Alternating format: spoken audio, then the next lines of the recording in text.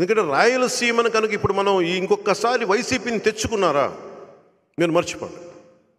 అందరూ గల్ఫ్కి వెళ్ళిపోండి, తెలంగాణకు ఉద్యోగాలకు వెళ్ళిపోండి, తెలంగాణ వాళ్ళ చేత మళ్ళీ తిట్టించుకోండి. అక్కడ ఆంధ్ర వాళ్ళు మళ్ళీ మా ఉద్యోగాలు కొట్టేస్తాం, తిట్టించుకుందాం మళ్ళీ ఇంకోసారి. കാരണം మీరు చెప్తాను ఎంత బాధ అనిపిస్తూ ఉంటే అన్న, మా ఊర్లు వదిలి, మా అమ్మ నాన్న వదిలి పక్క కర్ణాటకకు పోవాల్సిన అవసరం ఏముందన్న, మాకు గల్ఫ్లకు పోవాల్సిన అవసరం ఏముందన్న. రైల్వే కోడ్లో ఒక మాట మాట్లాడితే మన వాళ్ళ గురించి బత్తాయి చెట్లు చీనీ చెట్లను కొట్టేశారు, చీనీ చెట్లని. ఎందుకు భయపడాలన్న? దిగుచ్చారా వీళ్ళు? జగన్ మాట్లాడితే భయపెట్టేస్తాడు, మీకు అధికారం ఉంది అంటే నాకు తొడగొట్టడాలు ఇవన్నీ తెలియవు. నాకు తొడగొట్టడాలు, గుండెలు చీల్చుకోవాలి తెలియదు. కానీ నాకు నిజంగా ఒకటే అడగాలనిపిస్తుంది, మీరు కొడితేనే దెబ్బ, మేము కొడితే మీకు దెబ్బ తగలదా? మీరు కొడితేనే మా ఒంట్లో నుంచి రక్తం వస్తుందా? మేము కొడితే మీ ఒంట్లో నుంచి రక్తం రాదా?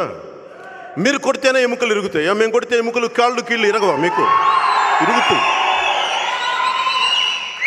ఎంతకాలం బానిస సంఖ్యలతో ఉంటారు కబంధ హస్తాలను ఆలోచించండి ఒకసారి.